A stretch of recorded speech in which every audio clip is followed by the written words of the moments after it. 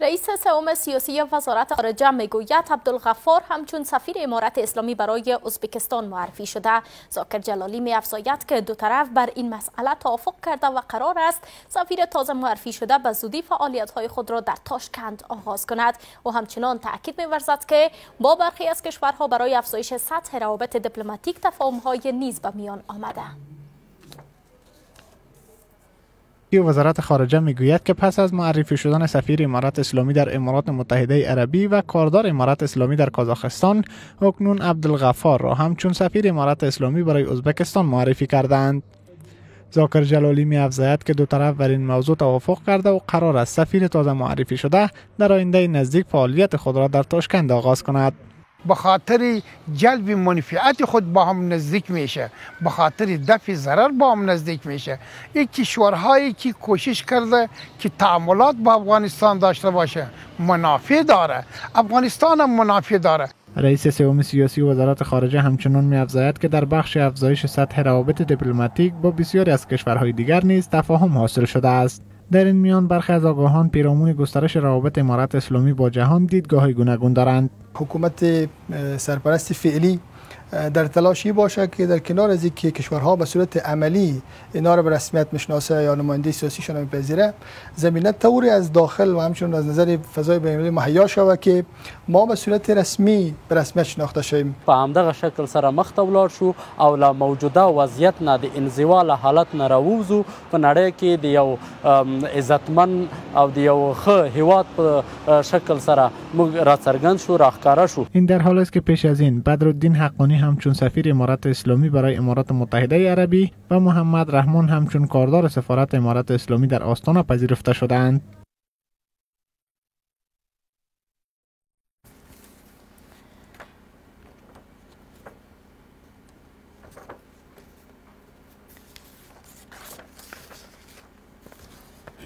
در همین مورد بیشتر صحبت میکنم با مهمانان من، آقایان محمد زلمه افغانیار آگاه مسائل سیاسی که در استودیوی سوم طلان نیوز حضور یافتند و اسلام الدین معارج آگاه مسائل سیاسی همچنان که از طریق خط اسکایپ با ما وصل شدند. مهمانان گرامی درود بر شما، خوش آمدین به برنامه. آقای افغانیار اگر بحث را با شما آغاز بکنیم، از عدم بررسمیت شناسی امارت اسلامی تا اینکه سفیران امارت اسلامی در برخی از کشورها پذیرفته شده، فکر میکنین که حکایت کننده چی باشه؟ بسم الله الرحمن الرحیم. عرض حرمت خدمت شما، خدمت مهمان در بحث در سلام میخوام داشته باشم خدمت امارت افغانستان، هموطنان عزیز ما و شما در هر گوشه از جهان هستی که هستند. امیدوارم آرام و صحتمند باشم. سپاس. دشمن دوستنما را نتوان داد تمیز، شاخه را مرغ چه داند که قفس خواهد شد. تمایل و توافقات سیاسی بر محور منافع ملی هست. اگر امروز بعد از 3 سال حکومت فعلی افغانستان هنوزم از طرف کشورهای منطقه و فرامنطقوی به رسمیت شناخته نشده، اما تعامل‌های سیاسی این نشان میدن که هر کشور بر مبنای تعریف منافعشان روابط دیپلماتیکی را با افغانستان منسجم ساختند که از طریق او روابط دیپلماتیک روابط اقتصادیشان برای محور استوار هست. این تقابل ها هدف اصلی نهاییشان این هست که چطور او بتوانند برنامه‌هایی را که بر حکومتداری در افغانستان دارند مطرح بحث قرار بدن و تقابل امارت اسلامی هم با جامعه جهانی کشورهای منطقه و فرامنطقوی بر همین محور هست که نتوانستند از طریق گفتگو راه حلی بر تقابل ها پیدا بکنند. برای تمام تقابل های سیاسی از طریق گفتگو راه حل پیدا میشه. این که حکومت سرپرست به 40 نمایندگی در کشورهای منطقه و فرامنطقوی داره و تعاملات بر محور روابط اقتصادی داره، خب جای خوب هست، گام مثبتی هست. اما چطور افغانستان از انزوا برای و افغانستان جایگاه خود کما فی سابق که در طول 40 سال داشت و 3 سال قبل داشت در جامعه جهانی پیدا بکنه. این هست که باید ما نقاط ضعف را به نقاط قوت تبدیل بکنین و نقاط قوت را قوت‌تر بسازین و از طرف جهان متوجه ما هست که ما همراه مردم خود به کدام آدرس و به کدام مسیج صحبت میکنیم و از اون طریق او تعامل خود با ما می داشته باشند. اگر امروز جهان بر افغانستان فشارهای محتمل شده را اعمال کردن، هدف از این فشارها چی هست؟ آیا فراتر از تطبیق عمق استراتژیک منافع سیاسیشان در حکومتداری هست؟ طبعا که چنین نیست. امیدوار هستم این صحبت ها منتج به شود تا افغانستان از انزوا برای و نقاط ضعفی که مطرح بحث است از بین برود. سپاسگزارتان. آقای مارد، شما هم بسیار زیاد خوش آمدین به برنامه. میخوایم بپرسم وقت امارت اسلامی هنوز از سوی کشورهای جهان به رسمیت شناخته نشده و اعتبارنامه سفیر امارت اسلامی در کشورهای مثل چین، امارات متحده عربی و حالا ازبکستان مورد تایید قرار میگیره، این اعتبارنامه ها چقدر میتونن معتبر باشن و این سفیران به درستی بتونن آنچه مسئولیت ها و صلاحیت هایشان هست را ادا بسازن؟ په لومړي ګام کې زه تاسو د ټولو نیوز د نیمه روز د خپرونې ټولو کارکوونکو اوریدونکو او همکارانو ته احترام او سلام وړاندې کوم. سپاس. ببینید بحث امروزی ما روی ازبکستان و روابط یا علایق او با تحریک طالبان هست. و میخواستم قبل از اینکه مشخص روی اعتبار همچون روابط گویا دیپلماتیک بحث بکنم، اول میخواستم ازبکستان یک کمی به تعریف بگیرم یا تعریف مجدد بگیریم. به این معنا که اول کشور ازبکستان نه تنها که در منطقه موقعیت دارد در جایی که افغانستان است، بلکه نه تنها کشوری است که همسایه و دوست خوب و دائمی و همیشگی ما بوده. ازبکستان یکی از کشورهای یا چهارمین کشور اقتصادی و صنعتی اتحاد شوروی سابق بوده. با آنکه ازبکستان از لحاظ مساحت کمی کوچکتر از قزاقستان هست، اما ما می‌دانیم که ازبکستان شامل اتحادیه منافع مشترک کشورهای شوروی است، به این معنا که علایق اقتصادی و نظامی خود هنوز با کشورهایی که هنوز تعهد دارند اوجه اینا هم دارند. و ضمناً نه تنها ازبکستان عضویت سازمان همکاری شانگهای داره، بلکه ما در این اواخر شاهد ازی بودیم که ازبکستان میزبان چندین کنفرانس در رابطه به تعامل با افغانستان، مسائل اقتصادی و غیره هم بوده است. بنابراین در یک نگاه اتون عرض بکنم که روابط افغانستان با ازبکستان ما میتونیم از لحاظ اقتصادی، فرهنگی، نظامی و سیاسی ارزیابی بکنیم. اجازه بتونم 4 کلمه را یا 4 عنوان را که عرض کردم توضیح بدم. از لحاظ نظامی ازبکستان همیشه از این حراس داشت که افغانستان پایگاه نشه که از اینجا تروریسم و بخصوص مدافع اسلامیست ها و رادیکال هایی که یا حرکت اسلامی خود ازبکستان تقویه نکنه و یا اینکه پشتیبانی و حمایت از داعش داشته باشه. و همچنان ما میدانیم که ازبکستان در وقتی که اتحاد شوروی بر افغانستان غلبه کرد پایگاه نظامی روس ها بودند و همچنان شاهد بودیم که وقتی ناتو و متحدان آن به افغانستان آمدند، همچنان اولین کشوری که پایگاه و راه ترانزیت به ایشان باز کرد ازبکستان بود. با در نظر داشت تمام این مسائل، طوری که آقای افغانیار هم فرمودند پالیسی طالبان گویا پالیسی اقتصاد محور است. به اون لحاظ برای ازبکستان افغانستان از لحاظ اقتصادی بسیار با ارزش است و همین لحاظ هم از خاطر راههای ترانزیت و مسائل داد و گرفت اقتصادی بویژه با کشورهای جنوبتر آسیای میانه علاقمند هستند. شما میدانید که مسئله قوشتیپه ازبکستان بسیار زیاد تکان داد. در این اواخر هیئت بلندپایه ازبکستان نه تنها برای دیدار نمایشگاه اقتصادی به کابل آمدند، بلکه اونا حدود 5 توافقنامه و پروتکل امضا کردند.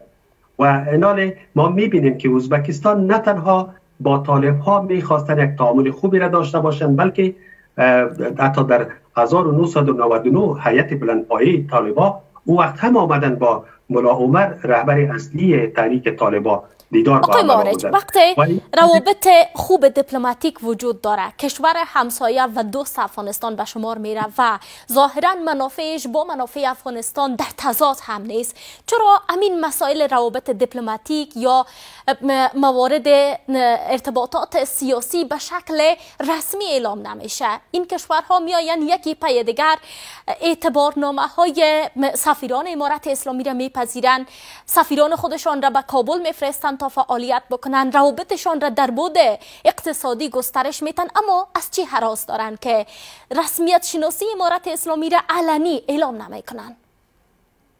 ببینید، من میخواستم فقط تو کلمه جملات خود تکمیل بکنم. من فقط مسئله سیاسی چون مطرح بود، بله. در نظام جمهوری افغانستان هم ازبکستان بیشتر از 1 میلیارد دلار معاملات تجارتی خود داشتن، با وجودی که در نظام فعلی تحریک طالبان صادرات افغانستان به 30 میلیون و واردات هم به 34 میلیون رسیده و ضمن از او ما شاهد ازی بودیم که در زمان جمهوری دموکراتیک و بعد از او در جمهوری اسلامی هم ازبکستان رابط بسیار نیک بخصوص با جنبش شمال داشت. وقت همی رستمکه که فعلا رئیس سازمان استخبارات ازبکستان است، با جنبش با آقای دوستم، با آقای ملک و اراکین بلندپایه او وقت ارتباط داشتن. یعنی ما نه تنها راه حیرتان ترمز که یک راه شاهرای یا شاهرگ بسیار قوی اقتصادی بوده، امروز هم با کار برده میشه و یا از کمک هایی که از قزاقستان دیگه کشورها میاد. و در مورد سوال شما میایم که میگذارم از توضیحات. ببینین، یک نکته را باید جدا در نظر داشته باشیم و بفهمیم وی که سازمان ملل متحد و شورای امنیت ملل متحد بعد از عقد توافقنامه دوحه یک مجلس کردن و در اوجه یک قطعنامه را صادر کردن مبنی بر ازی که اگر طالبان یا هر دو طرف امضا کننده توافقات و مواد مندرج دوحه مواد رعایت نکنن، اینا به رسمیت شناخته نمیشه. اینمی دلیل اصلی که چرا کشورهای عضو سازمان ملل متحد جرأت نمیکنن که صریحاً علنا تحریک طالبان یا اداره سرپرست طالبان را به رسمیت بشناسه، مربوط و منوط مواد و مندرجات قطعنامه شورای امنیت سازمان ملل متحد بشه. و او خاطر ما امی مسئله تعامل، رسمیت و مشروعیت باید تعریف بکنیم. تعامل به معنی روابط خوب، یعنی اصلا روابط اخلاقی، روابط فرهنگی. فعلا ما اونا میتونن روابط ایجاد بکنن، قطعنامه ها، پروتکل ها، ولو که در سطح بین المللی و یا در حالت فورس ماژور در محاکمات بین المللی قابلیت قبول و دفاع ندارن، ولی اینا میتونن که روابط نیک، تعامل، همسایه‌داری را داشته باشند، نه مشروعیت و رسمیت.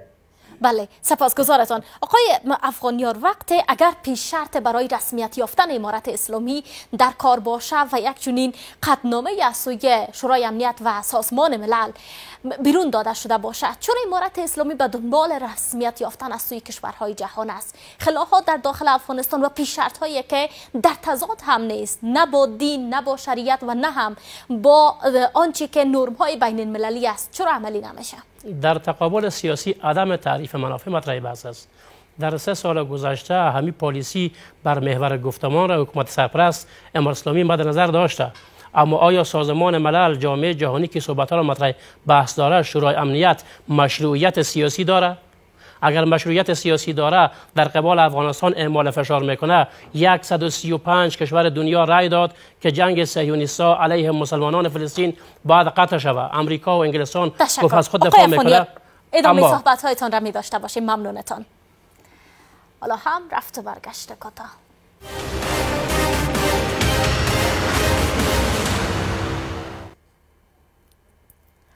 ادامه نیمه روز و بحث را بیننده هستید. آقای افغانیار، ادامه صحبت هایتان را می داشته باشیم. این که آیا رسمیت یافتن امارت اسلامی در گرو تصامیم سازمان ملل و شورای امنیت است؟ ما پیشتر هم گفتیم وقتی که مشروعیت سازمان ملل و شورای امنیت مطرح بحث میشه، در قبال مردم فلسطین این مشروعیت به کجا هست؟ قطعنامهشان به کجا هست؟ بیش از 40,000 نفر شهید، 20,000 اطفالشان گم هست و میلیاردها دلار هم زیربناها و زیرساختها خراب شد. آیا همین سازمان ملل، شورای امنیت آمد یک قطعنامه صادر کرد وقتی که 135 کشور دنیا گفتن جنگ صهیونیست‌ها باید قطع شود؟ امریکا و انگلستان گفت از خود دفاع میکنه، روسیه و چین رأی ممتنع داد. برگردیم 21 سال قبل تحت نام مبارزه با گروه‌های هراس افغان، همین سازمان ملل، همین شورای امنیت برای امریکایی‌ها اجازه داد داخل افغانستان بیاین و بعد از 20 سال رفتن حال میگن که امارت اسلامی خوب مبارزه میکنه. از او فراتر برین کشورهای همسایه افغانستان دور قبل امارت اسلامی که طالبان بود اولین کشورها بودند که به رسمیت شناختند، اما بیش از 40 سال میشه حاکمان این کشورها خاصتا حاکمان تهران میگن مرگ به امریکا، شیطان بزرگ امریکا. همو شیطان بزرگ همو امریکا از افغانستان برآمد که با او در تقابل هستند در ظاهر، اما همین لحظه هم به خاطر سوء استفاده سیاسی از مهاجرت او سوء استفاده میکنند.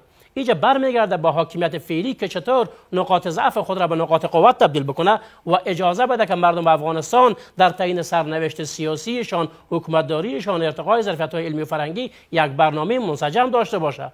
افغانستان با ثبات اقتصادی سیاسی به نفع ملت افغانستان هست، اما افغانستانی که با جنگ و نابرابری ها و پایگاه امنی بر کسایی که ناامن بسازه منطقه را به نفع کشورهای همسایه و فرامنطقوی هست. در 3 سال گذشته در صدها برنامه همین موضوع ما بر حکومت سرپرست گفتین که نقاط ضعف را باید از بین ببرید. اگر ازبکستان بس آقای افغانیار، وقتی اگر کارکردها و رهکارهای سازمان ملل و شورای امنیت هم زیر پرسش باشه، امین امارت اسلامی است که به دنبال کرسی سازمان ملل است، به دنبال رسمیت یافتن از سوی کشورهای جهان است و تعامل را هم میدانین که همه کشورها با امارت اسلامی خواستارش هستند، البته بر حسب منافع ملیشان. حالا بحثی است که اگر خلاها در داخل افغانستان پرساخته شود و روابط دیپلماتیک قسمی که امارت اسلامی میگه به هیچ خط بر هیچ نشان و هیچ کشور از افغانستان تعرض نمیشه، خطر واقع نیست، همین مسائل اگر اطمینان دهی صورت بگیره فکر میکنین مشکل باقی بمانه؟ این اطمینان را کی قبول بکنه؟ در 40 سال گذشته همسایه‌های ناخلف افغانستان کمپ داشتن، پالیسی بر مبنای حکومت حاکم، حکومت کابل، همین لحظه هم پالیسی دارن. همین لحظه هم میگن باز حکومت حاکم شوه، حکومت کابل، افراد اشخاص شوه علیه حکومت کابل. در طول 20 سال جمهوریت تمام دنیا ما را به رسمیت شناخت، سازمان ملل هم ما اوج عضویت داشتین و همین لحظه هم یک نماینده تمثیلی اوجا داریم، فقط کارت خود بالا و پایان میکنه، دیگه کار نمیکنه. در قبال ما سازمان ملل چی کرد؟ آیا وظیفه خود انجام داد که افغان‌ها به یک اجماع سیاسی برسند؟ امروز اگر از ما بگن حکومت همه شمول بسازین، در طول 20 سال حضورشان در افغانستان و مصرف 2.3 تریلیون دلار سنا و پارلمان و ریاست جمهوری ما را اوها کنترل نمی‌کردند، به واقعیت اینی جامعه خود را بگیم. در گذشته هم میگفتیم و حال هم میگیم. هر صحبتی که من میکنم واقعاش رو میفهمم. اگر دکتر طب هست، پلیس مسلکی خواندیم، بر ما وطن مهم هست. بر ما این که کی خوش میشه و کی خفه میشه بر ما هیچ گاهی مهم نیست. ما دیگه نمیخوایم که دو میدان جنگ باشه، خواهر افغان، دختر افغان، مادر افغان سر تابوت فرزندش تحت نامها گریه بکنه. در 3 سال قبل روز 1000 تابوت مانده میشد به نام امارت و جمهوریت، هم به افغانها خون گریه میکردند. اما در 3 سال گذشته هدف از فشارها چی هست؟ آیا مشروعیت سیاسی بخشیدن با حاکمیت‌ها، جغرافیا، حاکمیت، نفوذ نیست؟ همین حکومت سرپرست این موضوع را پورا نکرده. بله نقاط ضعف هم هست، این نقاط ضعف باید از بین بره. اگر ارتقای ظرفیت‌های علمی فرهنگی است، اگر حق کار هست، اگر موضوع شمولیت در حکومت هست، ملت افغانستان باید اینجا حضور داشته باشه. نیمه‌رای استخباراتی فرامنطقوی که در نشست‌ها بر ما رو تحمیل بکنن.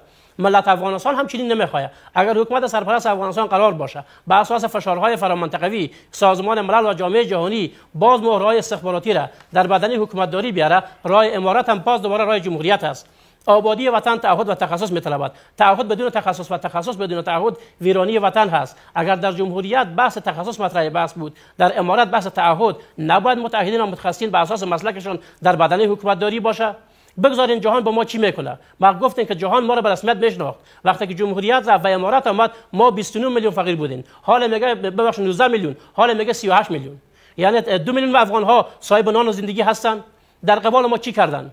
آیا با ما اجازه دادن که با یک نفس آرامی را بر مبنای آرامش بکشین؟ طبعا که چنین نیست. این تقابل ها زمانی از بین میره که حکومت سرپرست با کشورهای منطقه و فرامنطقوی بشینه و صحبت بکنه به اساس حفظ منافع ملی افغانستان با او تعامل داشته باشه. بله، اگر همین تعاملات شما اگر میدانید اقتصادی که هست، اگر سیاسی است، بر محور حفظ منافع ملی. بله آقای افغانیار، شما میدانید که امارت اسلامی به شدت در تلاش است تا که روابط دیپلماتیک را ایجاد بسازه با کشورهای دور و نزدیک. و از ازبکستان اگر صحبت بکنیم، حالا که سفیر امارت اسلامی اینجا گماشته شده و قرار است فعالیت خودش را در تاشکند آغاز بکنه، بر اساس اصول و نرم‌های جهانی پذیرفته شده سفیران در کدام مقطعی از زمان تغییر و تبدیل میشن؟ صلاحیت‌هایشان با توجه به اوضاع حساس سیاسی افغانستان چه میتونه باشه و نقش کلیدیشان چی است؟ مواد مشخص در راستای تعیین سفرا بر محور حفظ منافع جانبین هست.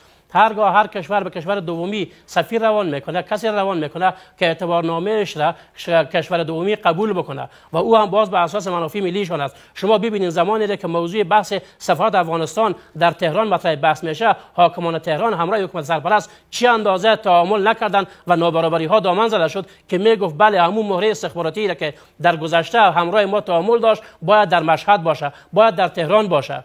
اما حکومت سرپرست به خاطر ازی نمیتونه این موضوع مطرح بحث قرار بده، چرا کوشش میکنه که نقاط کوچکی هم که بر مبنای تعامل سیاسی باشه را او قبول بکنه. اگر امروز یک فرد را وزارت خارجه حکومت سرپرست روان کرده به ازبکستان، این میتونه سهولت ها را ایجاد بکنه بر تجار افغانستان، بر مهاجرین افغانستان و خاصتا در بعد ارتزاقی تجار افغانستان بسیار سرمایه گذاری کردن اوجا و در قرارداد اخیر هم که هیئت از ازبکستان به افغانستان و در نمایشگاه آمد به ارزش میلیون ها دلار قرارداد شد. این برمیگرده به تعامل بر مبنای منافع اقتصادی. اما پیشنهاد ما به حکومت سرپرست این بوده که اول ما بیایم نقاط ضعف خود را در وطن حل بسازیم. اگر ما حکومت میکنیم، حکومت به گرده های ملت میکنیم که از اسلامقره تا بطرخم، از واخان بدخشان تا به نیمروز هست. اگر جهان ما را بیاید به رسمیت بشناسه، همون شکلی که جمهوریت را شناختن و 47 کشور حضور داشت، وقتی که ملت از حکومت فاصله پیدا کرد، ما دیدیم کمتر از یک ماه تمام پایه حکومتداری از بین رفت. اگر امروز ما میخوایم حکومت بکنیم و جهان باز با ما تعامل داشته باشه و ما نتونیم به قلب ملت خود حاکمیت بکنیم و نقاط ضعف خود را به نقاط قوت تبدیل بکنیم، باز هم ما با چالش مواجه میشیم به اساس پالیسی شبکه‌های استخباراتی منطقه و فرامنطقوی. سپاسگزارتان. آقای معارج، کشورها یکی پی دیگر از چین گرفته تا امارات متحده عربی و حالا از ازبکستان سفیران امارت اسلامی را پذیرفتند و قرار است که سفیر تازه امارت اسلامی هم بره در تاشکند کارهایش فعالیت‌هایش آغاز بکنه. میخوایم بپرسم این پذیرفتن سفیران چقدر میتونه بسته تشویقی به امارت اسلامی باشه و در سوی دیگر راه را باز بکنه تا دیگر کشورهایی که حتی در مخالفت با سیاست‌های امارت اسلامی هم قرار دارن بیاین راه تعامل را در پیش بگیرن. ډیره زیاته مننه. البته دا چې د افغانستان د سرپرست ادارې نماینده په ازبکستان کې ومنل شي او د تاسو د سوال په مطابق دا به څومره یوه تشویقي جنبه او څومره یوه د نمونې په شکل ووسی چې نوره نړۍ هم افغانستان په رسمیت وپېژني. زه فکر کوم دا غلط فرمول دی، ځکه هر هیواد ځان ته اصول، مقررات او دیپلماتیک قوانین لري. بنان دا چې د افغانستان نمایندګۍ فعال سي، هلته اقتصاد برخه کې، د تعلیم او تربیه په برخه کې یا په نورو راکړو ورکړو کې او د افغانستان قنصلي خدمات هلته اجرا سي، دا د افغانانو په ګټه ده. دا چې اقتصادي فعالیتونو ته پاملرنه وسي، دا د هیواد په ګټه ده. اما لکه مخکې چې افغانیار صاحب هم وفرمایل، دا سمه نه ده چې موږ داسې یو نظام چې هغه نیمګړتیاوې لري، هغه په فرهنګي برخه کې، په اقتصادي برخه کې، په سیاسي برخه کې، د ژوندانه په ټولو خدماتي برخو کې پاتې راغلې ده او هغې ته موږ داسې رسمیت ورکړو چې حتما باید هغه په نړۍ باندې وتپو او دا نظام ونه توانېږي چې افغانان نو زړونه راضي کړي. بنان زه په دې اند باندې یم چې لکه مخکې چې موږ یاده کړه اقتصادي محور د افغانستان لپاره مهمه ده. زه به تاسو ته د بیلګې په توګه یو مثال راوړم. هغه دا چې کله د آلمان، د نازي آلمان مشر هتلر په اروپا باندې پوځي یا نظامی حمله وکړه او غوښتل چې ټوله نړۍ غصب کړي، هغه فورمول نتیجه ورنکړه، ولې دوی هغه خپل پالیسي او ستراتیژي ته تغییر ورکړ او د اقتصاد پالیسي غوره کړه. نن ګورئ د اروپا اتحادیه چې مبتکر خپل آلمان یا جرمني وتوانېده چې غونډه اتحادیه یا غونډه اروپا تقریبا له خپل اثر لاندې راولي. بناهن همدغه اقتصادي روابط دي چې یو هیواد آبادوي او تاسو ګورئ چې نن د طالبانو سرپرست اداره دا جرأت او جسارت نه لري چې خپل موضوعګري د بلاکونو ترمنځ وویشي. په دې معنا نن موږ ګورو چې یو غرب بلاک دی، یو د چین بلاک دی چې نن په اقتصاد کې تر ټولو لوړ ګام او سر اوچت دی، او دریم خپل د شوروي اتحاد بلاک او هغه دوستان او متحدین دي. کچېرې طالبان د ازبکستان سره چې هلته خپل میرزیایف څو ځلې کوشش وکړ چې د چین د هیواد سره، د ترکیې د نمایندګانو سره، د ملګرو ملتونو، حتی د اروپا د ټولنې اعضا او غړو سره لیدنه وکړه ترڅو د افغانستان لپاره یو تعامل را جوړ کړي. مګر له بلې خوا موږ متوجه یو چې ازبکستان لکه پاکستان او ایران په شان دوی د دې لپاره چې افغانستان د شانګهای په پروګرام کې شامل وسی حتی مخالفت وکړ، اما اصل مخالفت چې په خوا اسلام کریم مفهم د دوی په ضد خودلې و، ځکه دوی هیره درلوده چې د افغانستان نه ځینې تروریستي ډلې مخدر مواد او نور د دوی خپل اسلامي تحریک چې په ازبکستان کې دغه په حمایت باندې دوی سر راپورته نکي او د دوی د علایم د آمو سیند په شاوخوا کې د دوی فعالیتونه مخکې هم لیدل شوي وو. بناهن زه فکر کوم چې دغه رسمیت پیژندل یا مشروعیت لکه مخکې چې مو هم یاد کړه له افغانستان نه پیل سي. موږ په بهر کې ډېرې هلې ځلې وکړې، ډېرو روڼاندو ملیګرایانو مجلسونه جرګې او شوراګانې جوړې کړې. نن سبا هم بیا د یو اماراتي سلطنت باندې خبرې کیږي چې موږ یو شاهي مشروطیه نظام ولرو او د دې ملاتړ لپاره تقریبا په دا وروستیو یو کال کې ډېر روڼاندې راټول شوي دي چې ترڅو هغه موږ وتوانو کو او په خپل منځو کې خپل منځي شخړې حل کو او د یو ښه نظام چې هغه ستاندرد منل شوی او په نړیوالو نورمونو او معیارونو برابر نظام وي، ولسمنل نظام وي، هغه منځته راشي او ښه کادرونه افغانستان ته شامل سي. بیا په هغه وخت کې به د دوحې مواد هم په ځای شوي وسی او موږ به ملي مشروعیت او نړیوال رسمیت ته لارې پرانیزو. تر هغه پورې زه فکر کوم. بله، سپاسگزارتان. آقای افغانیار اگر بحث را جمع بکنیم میدانیم که جامعه جهانی در یک سویه از صحبت‌هایش برای تعامل با امارت اسلامی حرف میزنه و در سوی دیگهش هنوز از فشارها و تحریم‌ها صحبت داره و این فشارها پابرجا است. افغانستان فکر میکنین در کدام مسیر قرار داره با توجه به اینکه بیش از 3 سال از حکومتداری امارت اسلامی میگذره اما هنوز تعاملات نیمبند وجود داره، رسمیت یافتن امارت اسلامی در حال از ابهام است و خلاها همچنان در داخل افغانستان در یک بعد خاص وجود داره. ما 5000 سال تاریخ داریم، امپراتوری ها را شکست دادیم، خارجی ها از افغانستان برآمد، در بی اتفاقی اتفاق داشتین، امیدوار هستم که ما در اتفاق بکنیم. بر محور حفظ منافع ملی خود ما صحبت و برنامه داشته باشین. ما گفتم اگه تمام جهان با ما باشه، ما قلب ملت خود را همراه خود نداشته باشین، ما در هیچ جایگاه قرار نمیگیریم. اگر جهان با ما در تقابل باشه، ملت با ما باشه، ما آرامش پیدا میکنیم. امروز جهان به افغانستان نظاره‌گر به دید اقتصادی هست.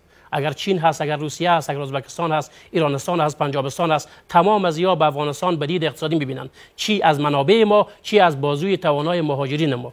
اگر امروز ازبکستان سفیر افغانستان را قبول کرده بر مبنای ازی هست که روسیه برش هدایت داده که چنین بکن، چرا که بدون هدایت از او هیچ کار کرده نمیتونه. و از طرف روسیه با 47 کشور اتحادیه اروپا و آمریکایی ها در اوکراین در تضاد استخباراتی، امنیتی و جنگی هست و از طرف چین با افغانستان نزدیک هست. ما امیدوار هستیم افغانستان همون شکلی که بی‌طرفی خود حفظ کرده باز هم بی‌طرفی خود حفظ بکنه و ما در افغانستان اجماع سیاسی را وجود بیارین که ملت افغانستان در اجماع سیاسی باشه، خلای قانون اساسی را از بین ببرین و خواسته های مشروع ملت افغانستان که مطابق با تطبیق شریعت هست را ما عملی بسازیم که ملت آرام باشه. جهان اگر با ما تقابل داره و تقابلشان به خاطر عدم تعریف منافعشان در حکومتداری بر مبنای حضور مهره‌های استخباراتیشان در بدن حکومتداری هست. سپاسگزارتان. آقای معارج، در آخرین پرسش، بی‌طرفی را که آقای افغانیار از او یاد کردن، در صورتی که هنوز قانون اساسی در داخل افغانستان توشیح و تصویب نشده و در بعد بیرونی هم ارتباطات امارت اسلامی یا سیاست خارجی امارت اسلامی به طور مدونش در نیامده یا تعریف نشده باقی مانده، فکر میکنین این بی‌طرفی تا چه زمان میتونه که حفظ شود؟ به نظر من البته بی‌طرفی باید اول تعریف شود. بودن غیر منسلک بودن کشور یا نظام وابسته به باز هم به رسمیاتی از او هست. درست است که افغانستان کشور بی‌طرف بوده ولی افغانستان عضو جامعه جهانی است و ما نمیتونیم با آن طوری که ما به دلخواه ما باشه آزاد و بی‌طرف باشیم. درست است که سازمان ملل متحد یا سازمان های دیگری مانند صلیب سرخ و سرمیاشت و این مؤسسات ممکن شرکت های ساختگی استخبارات قوی جهانشوران باشه، اما تعاملاتی وجود داره که از اون ما نمیتونیم سرکشی داشته باشیم. بنابراین هر قدر ما بگوییم که ما آزاد و مستقل هستیم، ولی باز هم ما به تعهداتی که با جامعه جهانی، پروتکل‌ها و میثاق‌هایی را که ما داریم او مربوط و منوط به اونا میشه. بنابراین درست است که ما باید از خود آغاز بکنیم. اگر ما بریم به طرف اوکراین، فلسطین، سوریه، من نمیفهم اسرائیل، امریکا و گله و گزاره بکنیم که اونها ملامت هستند، به اصطلاح برف بام خود از سر اونها پرتیم، من فکر میکنم این درست نیست. ما باید بیایم اول ارزیابی بکنیم که در 3 سال اخیر ما چی کارهایی را انجام دادیم، آیا ما چه خدمات انجام دادیم. مرزهای اقتصادی و مرزهای کاری از افغانستان فرار کرده. ببینید خدمات وجود نداره، فقر، گرسنگی در اونجا وجود داره، تعلیم وجود نداره. ما از لحاظ قانون طوری که یاد هم شد کمبودات خود داریم. وقتی که کشور قانون نداشته باشه، ما وقتی در داخل افغانستان فاصله از نظام داشته باشیم، با وجودی که من طرفدار ازی هستم که هر چه زودتر ما تعاملات بین المللی را داشته باشیم، هر چه زودتر ما روابط اقتصادی و روابط سیاسی را با دیگر جامعه جهانی ایجاد بکنیم. این به سود طوری که قبلا گفتم ملت و مملکت ما هست. اما متاسفانه که اداره سرپرست طالبان هنوز هیچ چراغ سبز را نه به جامعه جهانی که به هر شکل و شیوه هستند و نه برای ملیگراها و افغانهایی که وطن دوست هستند هنوز این چراغ نداره. ولی امید هنوز هم است که بالاخره ما بتونیم اول نظام خود ما بسازیم و بعد از او بریم دعوا و ادعای بودن رسمیات و مشروعیت در سطح جامعه جهانی داشته باشیم. سپاسگزارتان مهمانان گرامی، آقایان اسلام الدین معارج آگاه مسائل سیاسی و محمد زلمه افغانیار همچنان آگاه سیاسی از حضورتان در برنامه و این که فرصت گذاشتین.